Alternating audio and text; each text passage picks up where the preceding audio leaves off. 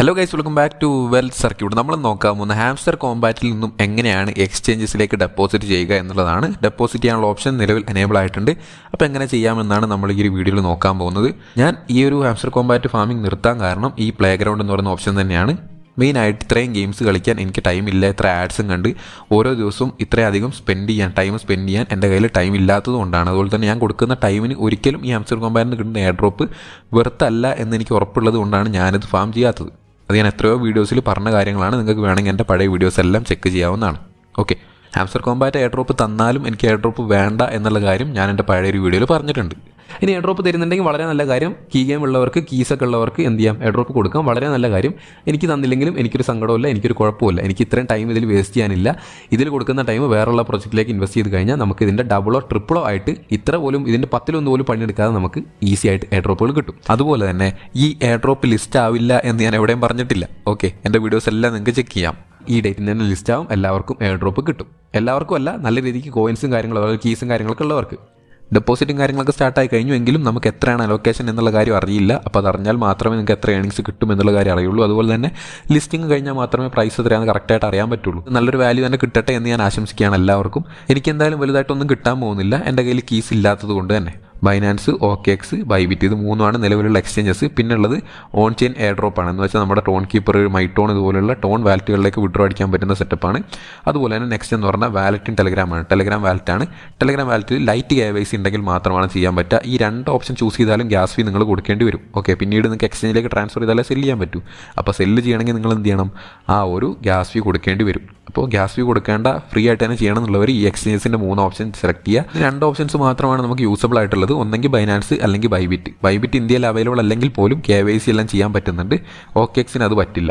Okay, നിങ്ങൾ ആദ്യം ചെയ്യേണ്ട എയർ ഡ്രോപ്പ് എന്ന് പറയുന്ന പേജിലേക്ക് വരിക. ഇവിടെ നിങ്ങൾക്ക് വേണ്ടത് ബൈനാൻസ് ആണെങ്കിൽ ബൈനാൻസ് സെലക്ട് ചെയ്യുക, ബൈബിറ്റ് ആണെങ്കിൽ ബൈബിറ്റ് സെലക്ട് ചെയ്യുക. സെലക്ട് ചെയ്ത് കഴിഞ്ഞാൽ നിങ്ങൾക്ക് അക്കൗണ്ട് ഉണ്ടോ എന്ന് ചോദിക്കും. ബൈബിറ്റിൽ അക്കൗണ്ട് ഉണ്ടോ, ബൈനാൻസിൽ അക്കൗണ്ട് ഉണ്ടോ, നിങ്ങൾ ഏതാണോ ചൂസ് ചെയ്യുന്നത് അതിൻ്റെ അക്കൗണ്ട് ഉണ്ടോ എന്ന് ചോദിക്കും. അക്കൗണ്ട് ഉള്ളവരാണെങ്കിൽ SI ഹാവ് ഇറ്റ് എന്ന് പറയുന്ന ബട്ടൺ കാണാം, അത് ക്ലിക്ക് ചെയ്ത് കൊടുക്കുക. നിങ്ങൾക്ക് ഇതുവരെ അക്കൗണ്ട് ഇല്ല എന്നുണ്ടെങ്കിൽ ഒരു അക്കൗണ്ട് എടുത്ത് KYC കംപ്ലീറ്റ് ചെയ്യുക. നിങ്ങൾക്ക് ഒരു ഇഷ്യൂസും വരാതെ ഈസി ആയിട്ട് അക്കൗണ്ട് ഇപ്പോൾ നിലവിൽ ക്രിയേറ്റ് ചെയ്യാൻ പറ്റുന്നത് ബൈനാൻസിലാണ്. ബൈബിറ്റിലാണെങ്കിൽ ചിലപ്പോൾ KYCക്ക് ഇഷ്യൂസും കാര്യങ്ങളൊക്കെ വരാൻ സാധ്യതയുണ്ട്, നിലവിൽ ഇന്ത്യയിൽ നിന്ന് റിമൂവ് ആയതുകൊണ്ട് തന്നെ.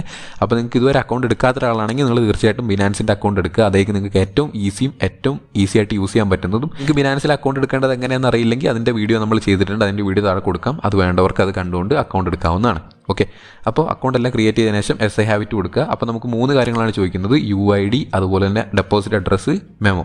ഈ 3 കാര്യങ്ങളും നമുക്ക് എന്ത് ചെയ്യാം, നമ്മുടെ എക്സ്ചേഞ്ചിൽ നിന്ന് കിട്ടും, ബൈബിറ്റിൽ നിന്നും കിട്ടും, ബിനാൻസിൽ നിന്നും കിട്ടും. എക്സ്ചേഞ്ച് ഓപ്പൺ ചെയ്ത് കഴിഞ്ഞാൽ ബിനാൻസിൻ്റെ ബൈബിറ്റിൻ്റെ രണ്ടിൻ്റെ ഇൻ്റർഫേസ് നിങ്ങൾക്ക് ഇപ്പോൾ സ്ക്രീനിൽ കാണാൻ പറ്റും. രണ്ടിലും നോക്കുക എങ്ങനെയാണ് ഡെപ്പോസിറ്റ് അഡ്രസ്സ് എടുക്കുന്നത് എന്നുള്ളത്. ബൈബിറ്റിലാണെങ്കിൽ ജസ്റ്റ് ഹോം പേജിൽ തന്നെ ഡെപ്പോസിറ്റ് എടുക്കാൻ പറ്റും. അല്ലെങ്കിൽ നിങ്ങൾ ബിനാൻസ് ആണ് യൂസ് ചെയ്യുന്നുണ്ടെങ്കിൽ വാലറ്റിലേക്ക് പോയാൽ അവിടെ ഡെപ്പോസിറ്റ് ഉണ്ട്. രണ്ടിലും അത് ക്ലിക്ക് ചെയ്യുക. അപ്പോൾ ഏത് കോയിനാണ് ഡെപ്പോസിറ്റ് ചെയ്യേണ്ടത് എന്നുള്ള കാര്യം ചോദിക്കും. ഓക്കെ, ഏത് കോയിനാണെന്നുള്ളടത്ത് HMSTR, ഹാംസ്റ്റർ ടോക്കണിൻ്റെ പേര് HMSTR എന്നാണ്. HMSTR എന്ന് കൊടുക്കുക. ഓക്കെ, അപ്പോൾ നിങ്ങൾക്ക് ഹാംസ്റ്ററിൻ്റെ ടോക്കൺ കിട്ടും. നെറ്റ്വർക്ക് ചോദിക്കും അല്ലെങ്കിൽ ചെയിൻ ചോദിക്കും, അത് ടോൺ.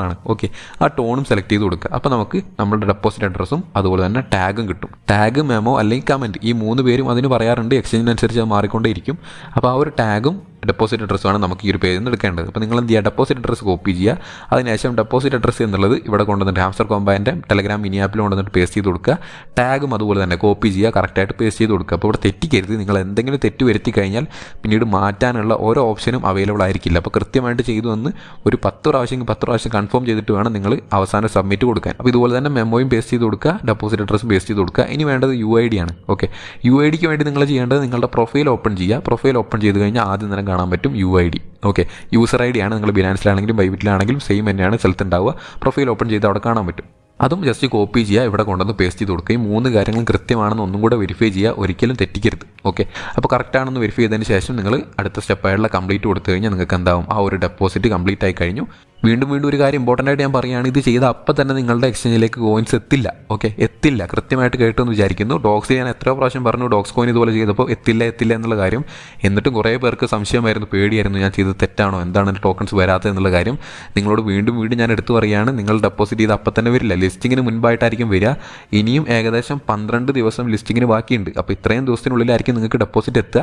തലേ ദിവസമായിരിക്കും മോസ്റ്റ് പ്രോബബ്ലി നിങ്ങൾക്ക് ഡെപ്പോസിറ്റ് കിട്ടുക. അപ്പോൾ ഏറ്റവും കൂടുതൽ ചാൻസ് തലേ ദിവസം, ഈ ലിസ്റ്റിങ്ങിന് തൊട്ട് മുൻപുള്ള ദിവസമായിരിക്കും നിങ്ങളുടെ എക്സ്ചേഞ്ചിൽ ഈ ഒരു കോയിൻസ് എത്തുക. എനിക്ക് തോന്നുന്നു ലിസ്റ്റിങ്ങിന് തൊട്ട് മുൻപായിട്ടായിരിക്കും തരിക. ലിസ്റ്റിംഗ് കഴിഞ്ഞിട്ട് തരികയാണെങ്കിൽ അതിൽ വലിയ യൂസ് ഉണ്ടെന്ന് എനിക്ക് തോന്നുന്നില്ല. കാരണം എല്ലാവരും ഇതുപോലെ ട്രേഡൊക്കെ ചെയ്ത് പൈസയൊക്കെ നല്ല കുറഞ്ഞിട്ടുണ്ടാവും ലിസ്റ്റിംഗിൽ നിന്ന്. അപ്പോൾ ലിസ്റ്റിങ്ങിന് തൊട്ട് മുൻപായിരിക്കും ഉറപ്പായിട്ടും തരിക.